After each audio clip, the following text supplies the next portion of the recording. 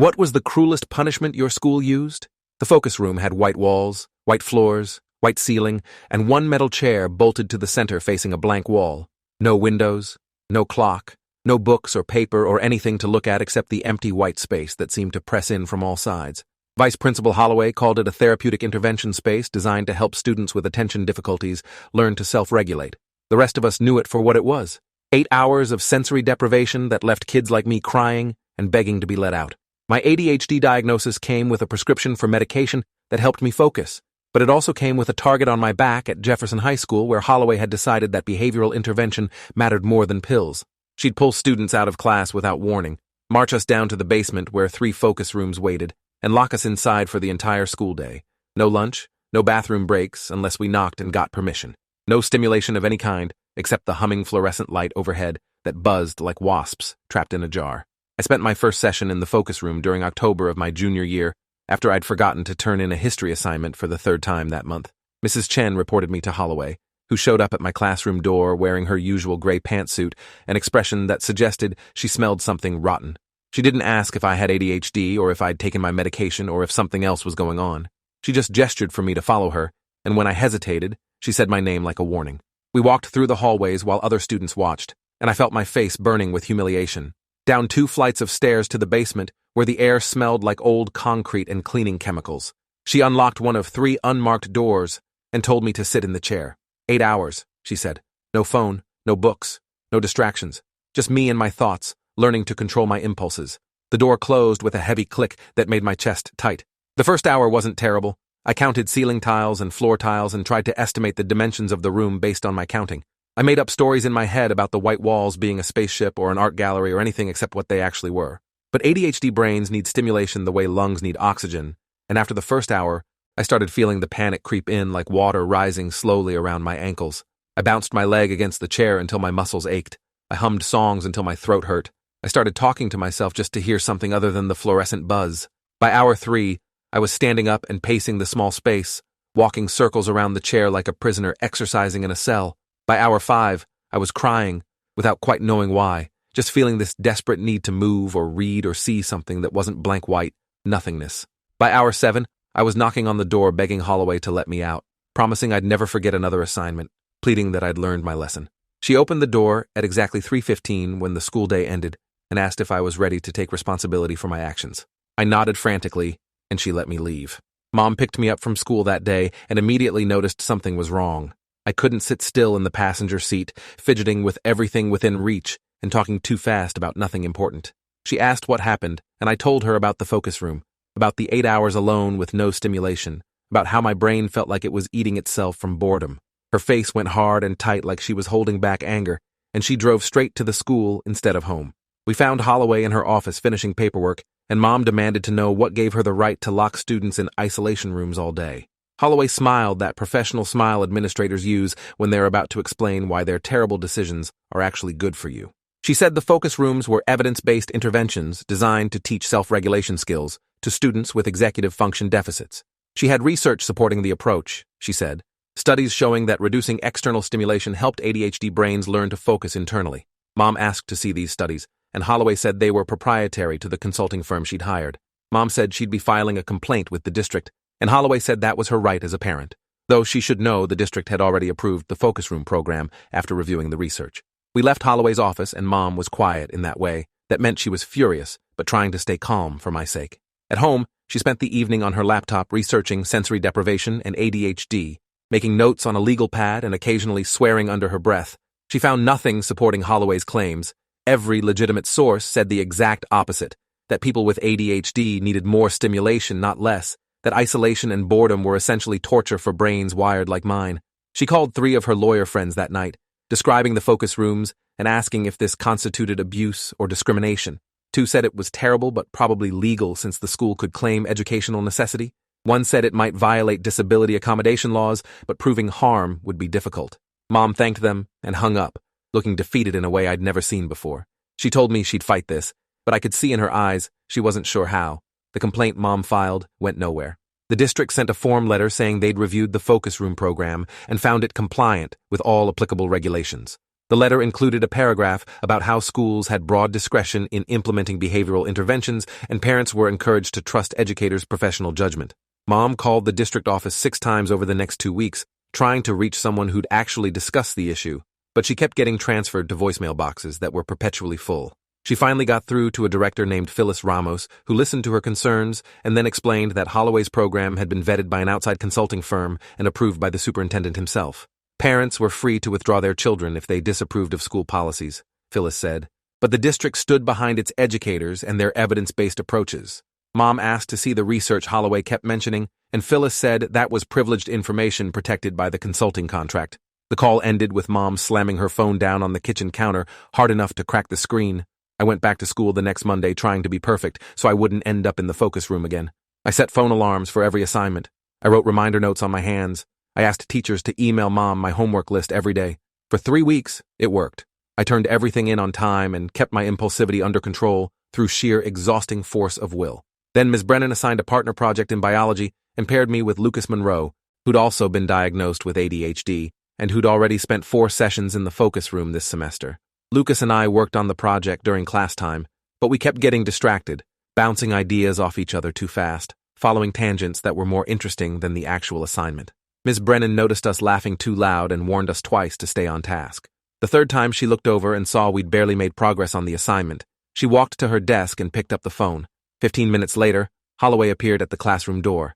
She called both our names and gestured for us to follow her. Lucas went pale and started shaking his head, saying he'd do better, promising he'd focus. Holloway said we'd already been warned multiple times and consequences needed to be consistent. We walked to the basement together and she split us into separate focus rooms. Before she closed the door, she told me I was disappointing her, that I'd shown such promise for those 3 weeks, but clearly still needed help learning self-discipline. The door locked, and I was alone again with the white walls and the buzzing light and the 8 hours stretching ahead like an eternity. This time, I didn't even try to count tiles or make up stories. I just sat in the chair and felt my thoughts spiral into darker and darker places, wondering if maybe Holloway was right. Maybe my brain was broken in ways medication couldn't fix. Maybe I needed this punishment to learn to be normal. By the time they let me out, I felt hollowed out and small, like something essential had been scooped out of me and replaced with shame. Lucas didn't come back to school the next day or the day after. I heard from other students that he'd had what they were calling a breakdown after the focus room session, that his parents had found him hitting his head against his bedroom wall at midnight, that he'd been admitted to a psychiatric hospital for evaluation. Nobody seemed to connect his crisis to the 8 hours of forced isolation, except a few of us who'd experienced the focus rooms ourselves. We recognized the signs. The way his desperation felt familiar, the way his breaking point looked like a destination we were all heading toward at different speeds. I wanted to visit him or send a message, but I didn't know him well enough to have his contact information. I just hoped he'd be okay and felt guilty for getting us both in trouble during biology class. Ms. Brennan pulled me aside after class a week later and asked if I was all right.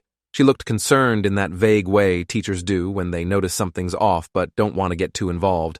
I said I was fine, and she nodded but didn't look convinced. She mentioned that she'd observed the focus room program and had concerns about its impact on students, that she'd raised these concerns with Holloway and been told to focus on her teaching instead of questioning administrative decisions. She couldn't say more than that, she explained, but she wanted me to know that some teachers were paying attention and didn't agree with everything that was happening. Her words felt like a small lifeline thrown into dark water, something to grab onto when everything else felt like drowning. I thanked her, and she squeezed my shoulder before moving on to the next student who needed her attention. Thanksgiving break arrived, and I spent 5 days at home trying not to think about school. But the focus rooms haunted me even in my own house, showing up in dreams where the white walls closed in until there was no space left to breathe. I'd wake up gasping and have to turn on every light in my bedroom just to prove I wasn't still locked in that basement cell. Mom noticed me getting up at night and started leaving my bedroom door open so she could hear if I needed her. We didn't talk about it directly, but the unspoken understanding hung between us, the knowledge that something was seriously wrong and neither of us knew how to fix it. Dad called from Seattle where he'd moved after the divorce, and I tried to tell him about the focus rooms, but he kept interrupting with advice about how I needed to just try harder and stop making excuses. I hung up feeling worse than before I'd called. Lucas returned to school after Thanksgiving looking 20 pounds lighter and wearing long sleeves even in the heated building. I saw track marks on his wrists when his sleeves rode up during lunch and realized they weren't track marks, but scars from something self-inflicted. He caught me looking and pulled his sleeves down fast, his face going red with embarrassment. I wanted to say something supportive but didn't know what words existed for situations like this. Later that day, I passed him in the hallway between classes, and he grabbed my arm, his grip surprisingly strong for someone who looked so diminished. He whispered that we needed to talk, that he'd discovered something about Holloway's focus rooms, that it was worse than we'd thought. He told me to meet him by the athletic fields after school, away from cameras and administrators who might overhear. I agreed and spent the rest of the day watching the clock, wondering what Lucas had learned that made him look so haunted. The athletic fields were empty after school except for us, and a few distant figures running track practice. Lucas led me to the bleachers, and we sat in the cold metal seats, while November wind cut through our jackets. He pulled out his phone and showed me a folder of documents he'd photographed during a visit to the school psychiatrist's office. The psychiatrist, Dr. Vernon, had stepped out to take a call and left Lucas alone with access to filing cabinets containing student records. Lucas knew it was wrong to look, he said, but something had compelled him to search for information about the focus room program. What he'd found made his stolen glance worth the ethical breach. Dr. Vernon had been documenting concerns about the focus rooms for months, writing detailed notes about students showing signs of psychological trauma, anxiety, depression, and in several cases, suicidal ideation following their sessions. But these notes never went anywhere official. Dr. Vernon had been told by Holloway to keep his concerns internal and not escalate them to the district or parents. I scrolled through the photos Lucas had taken, seeing my own name in Dr. Sad Vernon's notes, alongside observations about increased anxiety and possible depressive symptoms. I saw Lucas's name with notes about self-harm risk and urgent psychiatric referral recommendations that had apparently been ignored.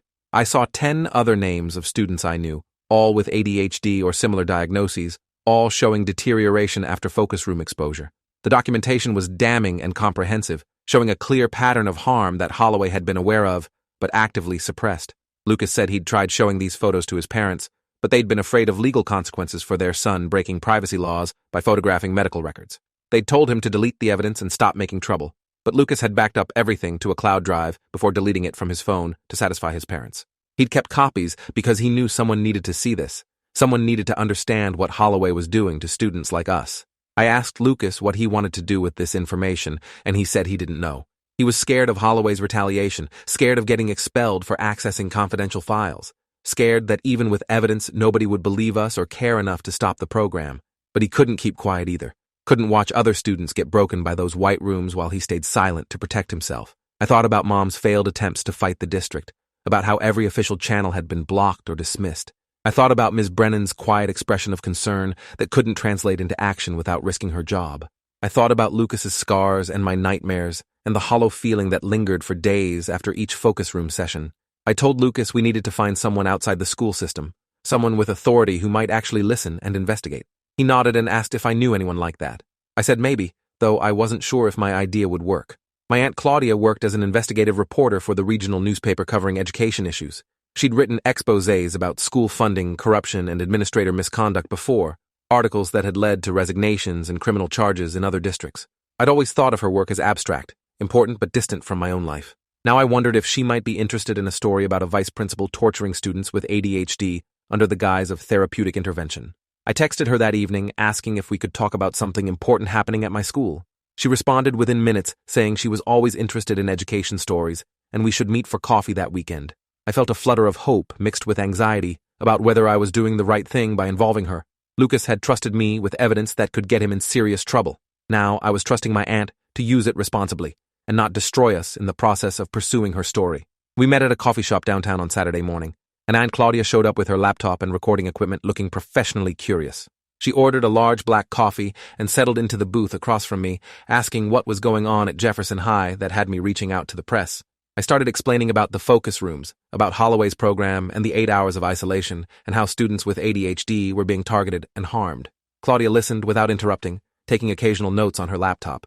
When I finished the basic explanation, she asked if I had any documentation or evidence beyond my personal experience. I told her about Lucas's photos from Dr. Vernon's office, and her expression shifted from interested to intensely focused. She asked if Lucas would be willing to share those photos with her on the record. I said I'd have to ask him, but thought he probably would if it meant stopping Holloway from hurting more students. Claudia spent the next hour asking detailed questions about the focus rooms, about specific incidents and patterns, about which administrators knew what and when. She asked about the consulting firm Holloway claimed had provided research supporting her program. She asked about Mom's complaint to the district and how it had been dismissed. She asked about Lucas's hospitalization and whether other students had experienced similar crises. I answered everything I could and took notes on questions I'd need to ask other students or Lucas. Claudia explained that she'd need to verify everything before publishing, that investigative journalism required multiple sources and documented evidence and couldn't rely on just one student's account. But if what I was describing was accurate, she said, this was potentially a major story about abuse of power and systemic failure to protect vulnerable students. She'd start making calls on Monday to request comment from the school district and to research the consulting firm. She promised to be careful with Lucas's identity and the photos he'd taken, understanding the legal vulnerability involved. I left the coffee shop feeling like maybe something would finally change, like adults with actual power were starting to pay attention to what was happening in those basement rooms. I called Lucas from my car and told him about meeting Claudia, about how she wanted to investigate Holloway's program and expose what was really happening. Lucas was quiet for a long moment before asking if I thought this would work or if it would just make things worse. I admitted I didn't know, but felt like we had to try something because doing nothing meant watching more students suffer.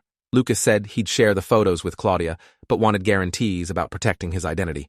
I promised to make sure Claudia understood the stakes and wouldn't publish anything that could identify him as the source. Lucas thanked me in a voice that shook slightly, and we hung up with an unspoken understanding that we'd just crossed a line we couldn't uncross, that whatever happened next would change everything. Monday morning arrived with the kind of cold rain that makes everyone miserable.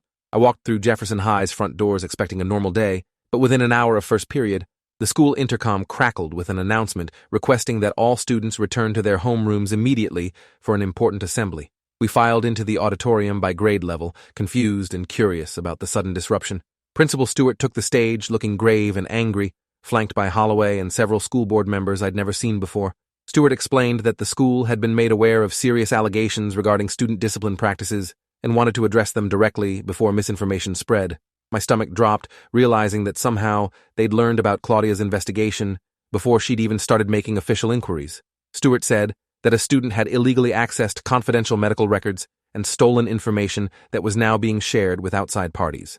He didn't name Lucas, but I saw Holloway scanning the crowd like she was hunting for someone specific. Stewart explained that this theft was a criminal matter, and the student responsible would face expulsion and possible criminal charges. He warned that any students who possessed copies of stolen documents needed to turn them in immediately or face similar consequences. He then pivoted to defending the focus room program, saying it was a research-based intervention that had been properly vetted and approved. Any claims that the program caused harm were unfounded and part of a coordinated effort to undermine the school's authority and discipline practices. The assembly ended with Stewart reminding us that spreading false information about Jefferson High could result in legal action against students and their families. The threat hung in the air like a blade as we filed back to our classrooms in stunned silence. I found Lucas at lunch sitting alone at a corner table, his face pale and hands trembling as he picked at food he wasn't eating. I sat down across from him and asked how they'd found out so fast. Lucas said he didn't know, but suspected Dr. Vernon had discovered the missing documents and reported the theft to Holloway. He'd been called to the principal's office that morning before the assembly and questioned about whether he'd accessed confidential files. He'd denied everything, but they clearly suspected him. Holloway had threatened him with criminal charges and expulsion if he didn't confess and return the stolen documents. Lucas held firm in his denial, but he was terrified that they'd find proof somehow, that they'd check security camera footage or digital access logs. I told him we needed to get the photos to Claudia immediately before the school could suppress them further. Lucas agreed, and we left the cafeteria together, heading to the library where we could use computers without direct supervision. Lucas logged into his cloud storage from a library computer and started downloading the photos to a flash drive. We were halfway through the transfer when Mrs. Gaines, the librarian, appeared beside us, asking what we were doing. Before we could answer, Holloway materialized behind her looking triumphant. She said she'd been monitoring library computer usage and noticed suspicious activity on Lucas's account. She demanded the flash drive, and Lucas tried to close the windows and shut down the computer, but Holloway grabbed the mouse from his hand. She saw the photos of Dr. Vernon's notes clearly displayed on the screen before Lucas managed to hit the power button. The computer went dark, but the damage was done. Holloway had confirmation that Lucas was the thief and evidence of what he'd stolen. She grabbed both of us by the shoulders and marched us to her office, her grip painfully tight, her voice low and furious as she promised we'd regret this stunt. Holloway locked us in her office and called our parents, explaining that we'd been caught stealing and distributing confidential student records in violation of federal privacy laws. Mom arrived at the school within 30 minutes, her face set in the expression she wore when preparing for battle. Lucas's parents came 20 minutes later, his mother crying before she even reached the office. Holloway laid out the evidence against us, showing the photos Lucas had taken and explaining how we'd been planning to share them with the media to embarrass the school. She said Lucas would be expelled effective immediately, and she was referring the matter to police for criminal prosecution. She said I'd face the same consequences unless my mother could provide a compelling reason why I should be treated differently. Mom stood up and told Holloway that everything in those photos was evidence of child abuse and that she'd be contacting every relevant authority to ensure proper investigation. Holloway smiled and said, Mom was free to try, but she should know the district's legal team was already preparing defamation suits against anyone who made false allegations about Jefferson High. We left Holloway's office with uncertain status, neither officially expelled nor allowed to remain at school. Mom drove me home in furious silence, her knuckles white on the steering wheel. At home, she immediately called Claudia and explained everything that had happened. Claudia said the school's aggressive response actually strengthened the story, making it clear they were trying to suppress evidence rather than address the underlying issues. She said she'd move forward with the investigation even faster now, requesting comment from the district and publishing whatever she could verify before they shut down more sources. Mom asked about the legal risks for Lucas and me, and Claudia admitted they were real, but said the public interest defense might protect us if it came to criminal charges. She promised to work as quickly as possible to get the story published before the school district could fully mobilize their legal response. The next 2 days existed in a strange limbo where I wasn't attending school but hadn't been officially expelled. Mom kept me home while she consulted with lawyers and advocates, trying to build a defense strategy before formal charges came down. Lucas was in the same situation, suspended pending investigation, his parents debating whether to accept voluntary withdrawal to avoid expulsion on his record. I texted with Lucas constantly, both of us anxious and frightened, but also grimly determined that we'd done the right thing, even if it destroyed us. On the third day, Claudia's article appeared on the newspaper's website with the headline, Local High School Uses Isolation Chambers on Students with ADHD Despite Evidence of Psychological Harm. The article included details from Dr. Vernon's notes, quotes from educational psychologists explaining why sensory deprivation was harmful to ADHD students, and statements from anonymous students describing their experiences in the focus rooms. The article named Holloway and Principal Stewart and quoted from the district's form letter dismissing Mom's complaint. The story exploded across social media within hours. Parents from Jefferson High shared it to every local Facebook group. Education advocates retweeted it. And by evening, it had been picked up by 3 regional news outlets. The school district released a statement saying they were launching an internal investigation into the allegations and had placed Holloway on administrative leave pending the investigation's outcome. Mom received calls from 6 different lawyers offering to represent us pro bono if criminal charges were filed. Lucas texted that his parents had heard from the ACLU about potential civil rights litigation. Everything was moving so fast that I couldn't process it all. Couldn't separate the relief from the fear from the exhaustion of 3 days existing in crisis mode. Claudia published a follow-up article 2 days later, revealing the name of the consulting firm that had supposedly provided research supporting Holloway's focus room program. The firm, Behavioral Solutions Group, turned out to be a single-person operation run by Holloway's brother-in-law with no credentials in psychology or education. The research was a 20-page document with no citations or methodologies, just assertions about the benefits of reducing stimulation for ADHD students.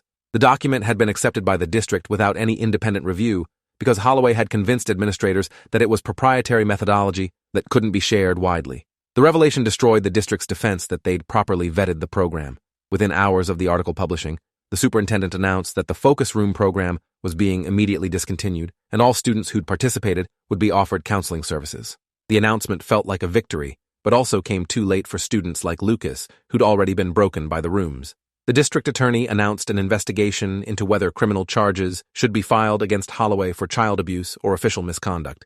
The state education department opened its own investigation into whether Jefferson High had violated disability accommodation laws. The school board scheduled an emergency meeting to discuss administrative accountability and policy reforms.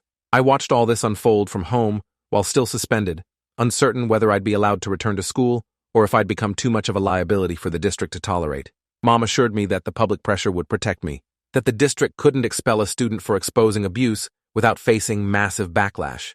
But I'd learned through this experience that institutions protect themselves first and students second, that doing the right thing often came with costs the adults in charge didn't want you to understand until it was too late. The school board meeting happened on a Wednesday evening in the high school auditorium packed with parents, students, and local media. I attended with Mom, sitting in the front row where I could see the board members' faces clearly. Lucas and his parents sat 2 rows behind us, Lucas looking small and nervous in a button-down shirt his mother had probably insisted he wear.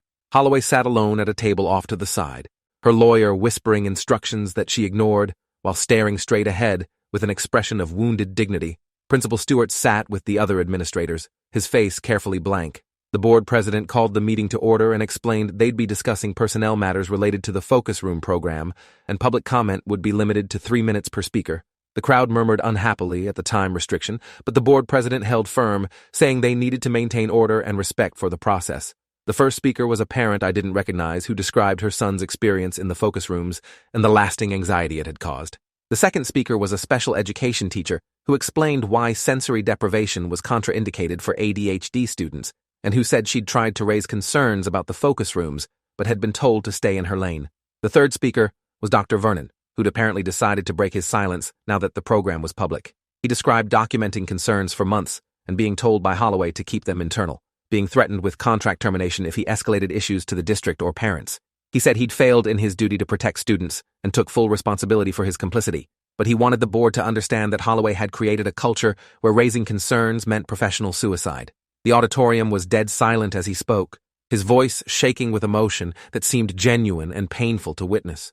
Mom spoke next, walking to the microphone with the confidence of someone who'd spent 2 months fighting institutional resistance and had finally found an audience. She described my first focus room session and how she'd immediately tried to address it through proper channels, only to be dismissed and obstructed at every turn.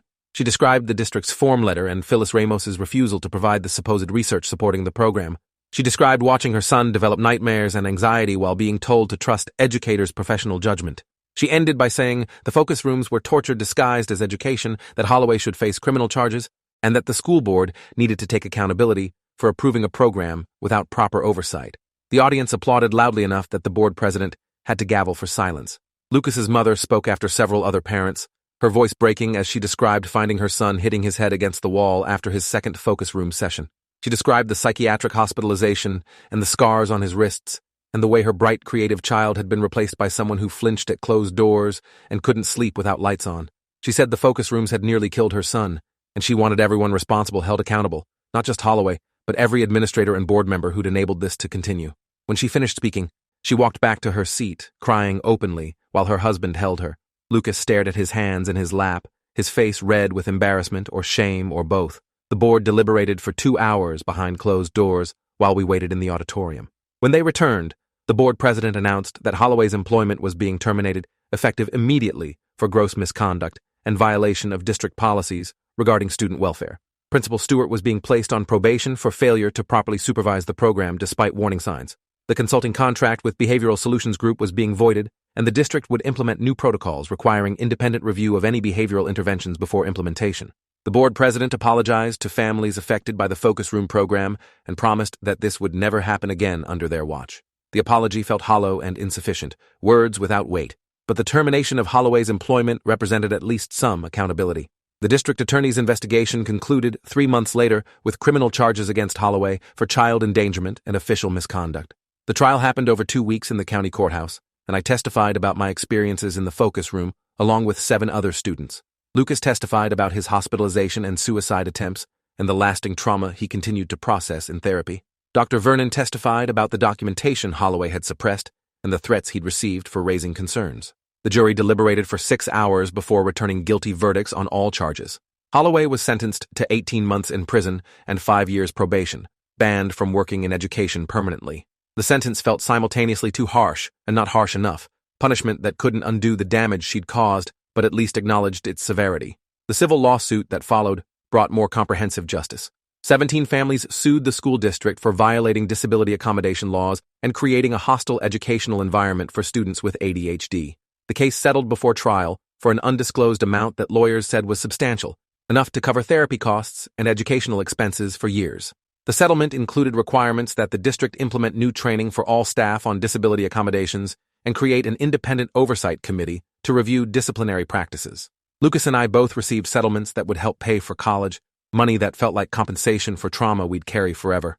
The district admitted no wrongdoing in the settlement agreement, protecting themselves legally while paying for the damage they'd enabled. I finished high school at a different school in a neighboring district. Transferring after Jefferson High became too loaded with memories and associations I couldn't escape. Lucas did the same, ending up at a small private school that specialized in supporting students with learning differences.